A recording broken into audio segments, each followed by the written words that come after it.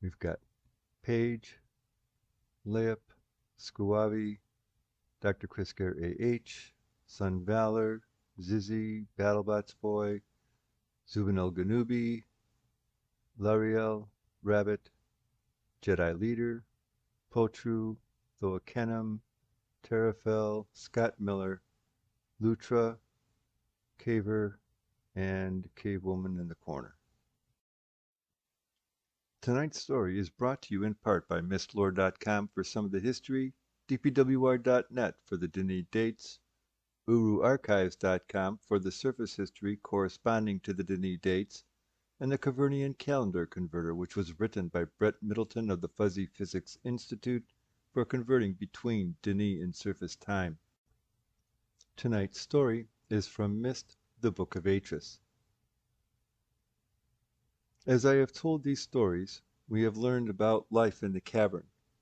We learned how the Denis came from their proud roots, seeking to shed their pride, yet pride crept back into their lives. We watched it cause the downfall of their great empire.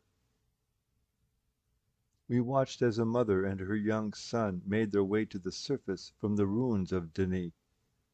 A mother, Anna, grieving for the loss of her soulmate, and her son, Gen, angry at his mother for, he believed, leaving his father behind. We learned about Gen's adolescent life and his all-consuming anger towards his mother for what he perceived as her part in the fall of Denis and in his father's death. Basically, she was the root cause of his world having fallen apart. As a result of that anger, instead of having patience, he was impatient, choosing easy paths though they may not be the correct ones.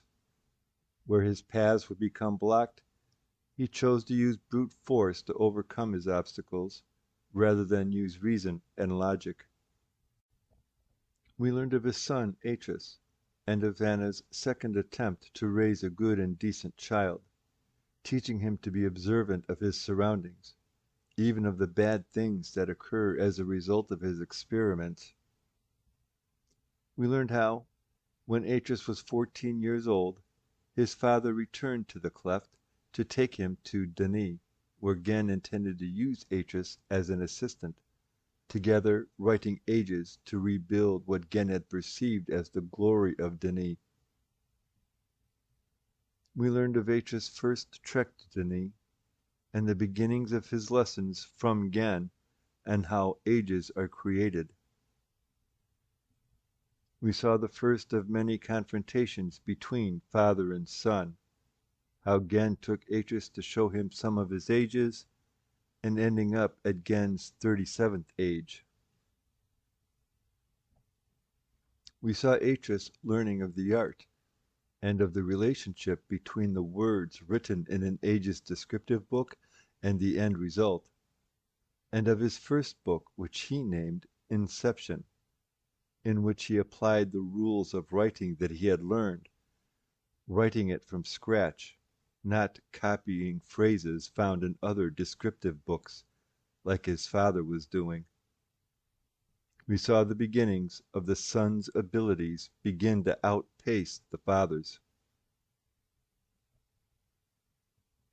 We saw how Gen's lack of understanding of the art led to him making his 37th age unstable, his desecration of Atris's age of inception, and his burning the book of his 37th age because of his inability and lack of desire due to his impatience to fix it.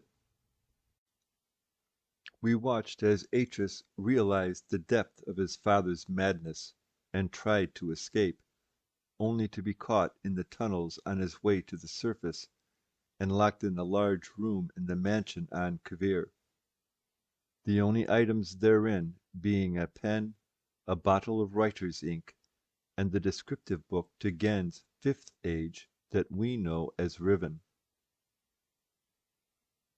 Atris caused a small cave-in around the only door out of that room, effectively imprisoning him permanently. Then, studying that descriptive book, ensuring that it was not some sort of trap, he decided to link there anyway. We saw Atris' first experience with the heat-reactive algae in the water on Riven, and his near drowning. Last week, we saw Atris nursed back to health by two Rivenese, Karel and Erlar, and their cousin, Katrin, whom Atris mispronounced as Catherine, and of Gen's plan to marry Katrin.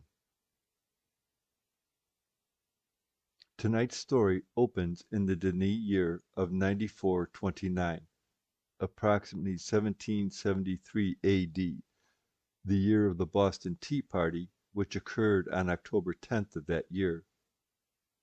A truly busy year in Atris's life. Late in the afternoon, after Gen announced his plans for he and Katrin to be wed, Katrin was standing among the trees at the end of the forest, deep in thought. Atris had been looking all over the island for her when he finally saw her standing there, and came up behind her. The sight of her slender figure in the shadows seemed surreal. Her green cloak and raven black hair blended with the surrounding shadows to make her appear to be part of her surroundings, to be of earth and grass. Atris could tell that something was troubling her. Her normally bright and inquisitive eyes were dark and brooding. He softly called her name. "Catherine, are you all right?" She nodded. Then he offered to walk her back to the village. They walked side by side out of the forest and through the meadow. After seeing her home, Atris decided to link back to Kavir. Everything was just as he had left it. Once there, he pored over every word and phrase of Riven's Cormon. Now that he had been there, been to Riven, as Catherine had called it, he could see how each phrase and each small description had contributed to the whole that he had witnessed. Considering how his father had pieced together the age, it was amazingly well constructed. Still, there were flaws. Seemingly unrelated, yet elegant phrases laid side by side on the pages, causing small contradictions which grew into a complex web of faults. He also saw his father's latest entries. They were crude attempts to fix the age. They were all wrong. He wished he could just score out those lines of Gen's, but he knew that it would create a new link to a different age, and the link to the current age would be forever lost, just like what happened with Gen's 37th age. He knew that he had to proceed very carefully. He decided that he would carry out a number of experiments first, before committing any new phrases to the Book of Riven. He looked up to find Catherine standing there, clutching a large blue book to her chest. Atris was stunned by her sudden appearance. She laid the book down on the table and explained that she had followed him. The book was a cornea, a blank book, that she had taken from Gen's study while he was asleep. Asking why, she replied that Gen took the Rivenese Guild of Writers there. Atris laughed to himself, seeing just how mad his father was for trying to recreate the guilds of Denis. She pulled down her choker so he could see Gen's mark burned into her flesh. She had had it for the past 4 years. She had brought the book to Atris because she figured that he could write like Gen and could fix their age. The great tree was dying. There were tremors, and schools of fish were found floating in the water, dead. Atris knew that those were the signs of the age's instability, a direct result of his father's writing style. They linked back to Riven, and Atris saw a huge gash in the great tree, one large enough for a man to walk through. It was done by Gen as punishment for a guild member questioning him. She told Atris of the guild's activities, that Gen was teaching them how to write. Atris told her that that was impossible, that no one but Denis could write, that it doesn't work for anyone else. That is what his father had told him, and what the stories of the history of Denis confirmed. She mentioned that she had written a book. Atris was incredulous, so she led him back to her hut and showed him her book. As Atris was sitting on the bed and studying the lines of text in Catherine's book, she was, in turn, studying him. He was so different from his father. He was so true. As he looked up from the book, she knew what it was that she saw in him. It was his natural kindness. Atris told her that the book painted a wonderful picture in his mind. He told her that her writing was poetic, but it was filled with contradictions, and that it broke almost every law of Denis writing. It had no structure, no architecture, and that he had never seen some of the symbols she had used. When asked, she couldn't tell him where she got those symbols from. He finished by saying that a place like that couldn't exist.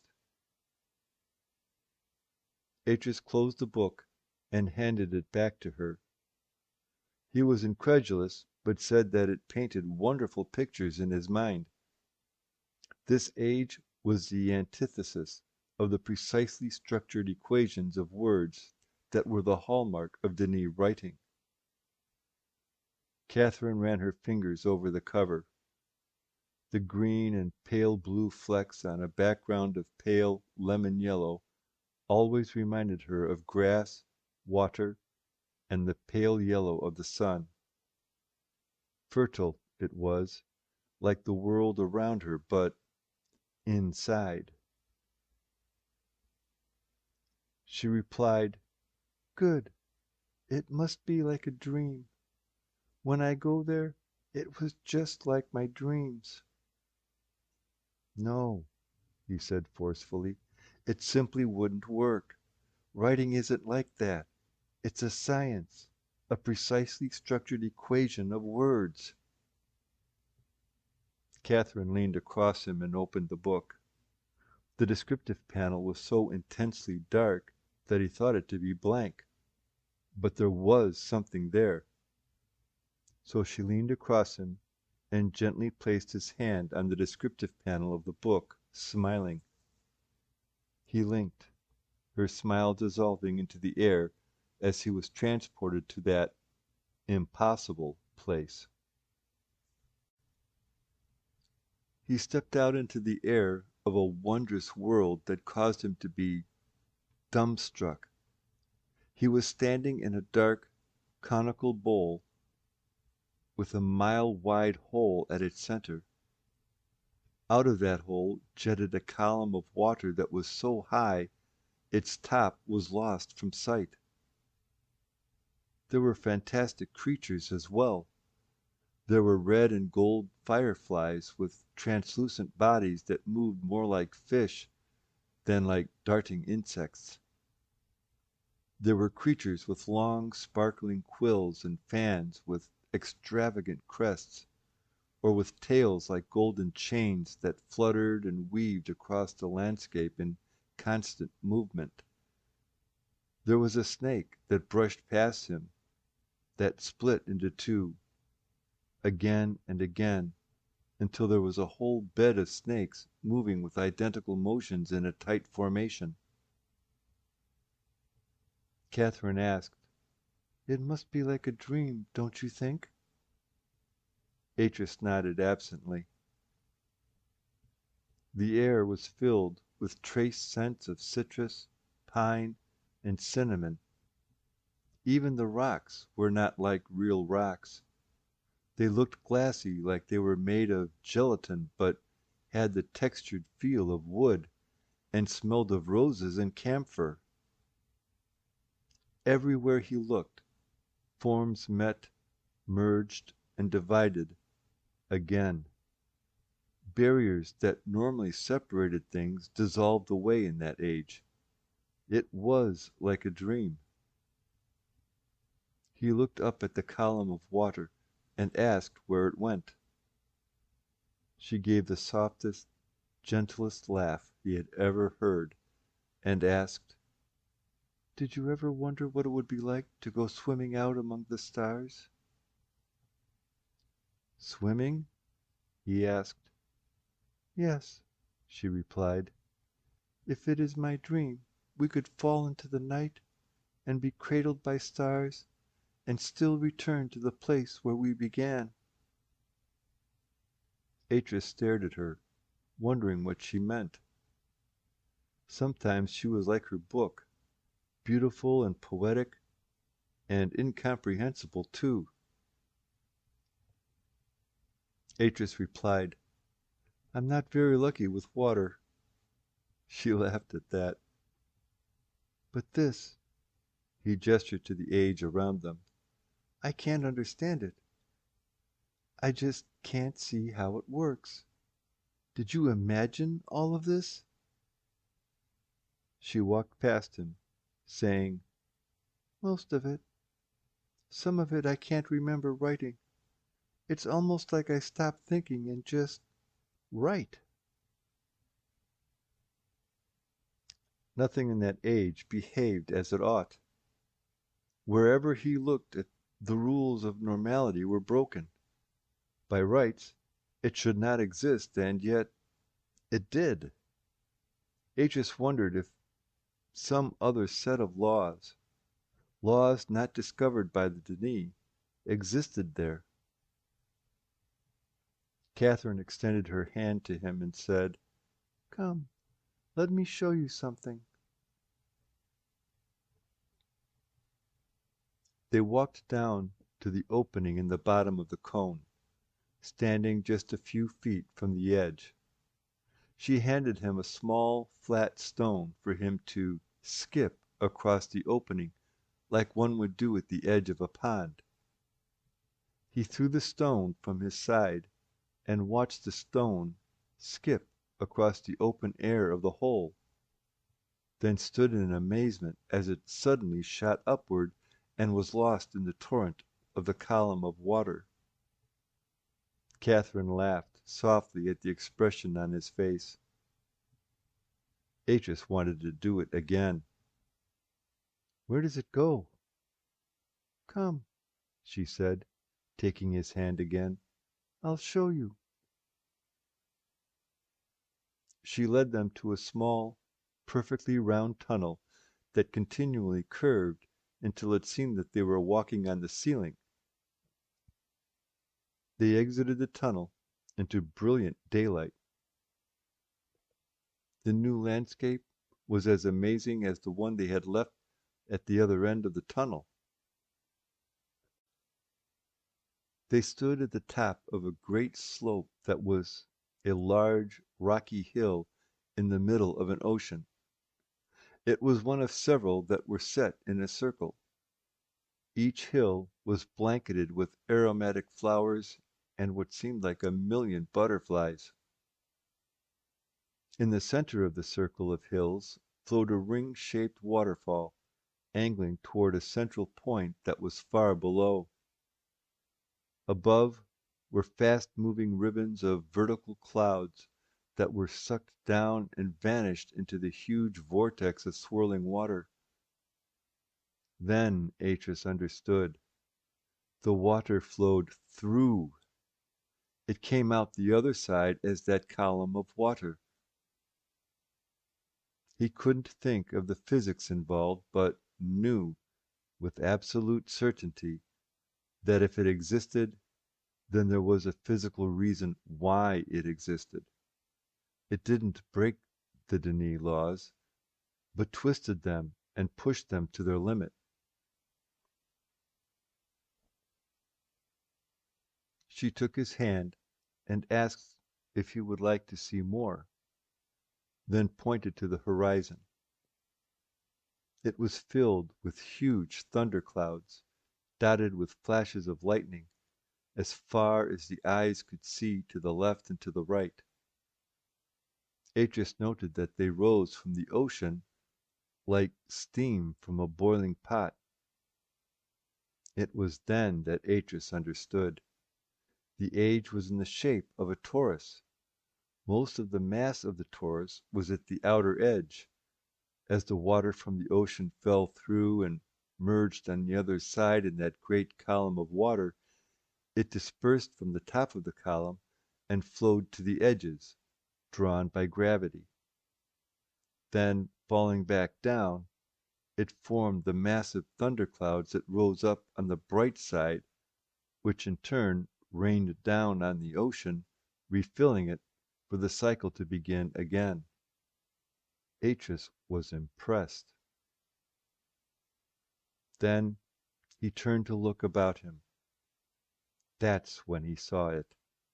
A patch of tiny blue flowers with tiny star-like petals and the velvet dark stamen. Thousands of them.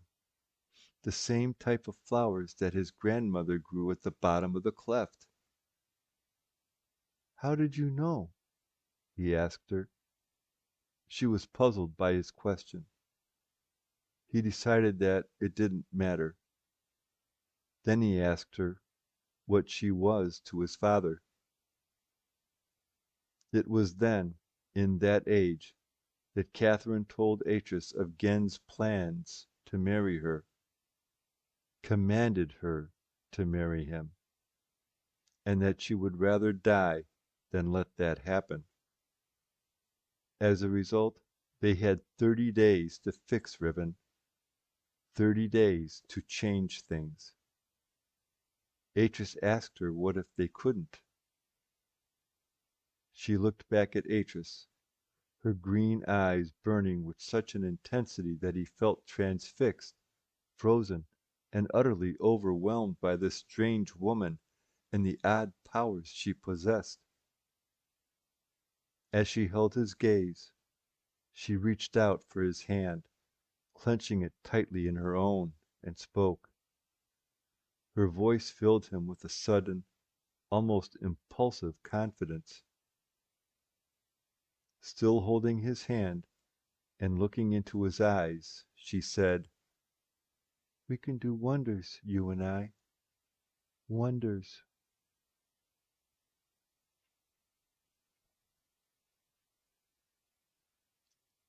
Please join us next week as we see Atreus' experiments, Catherine's second age, and their final fix to Riven. The end. Thank you all for coming tonight, and those of you at home for watching this video. Time to end the story right now.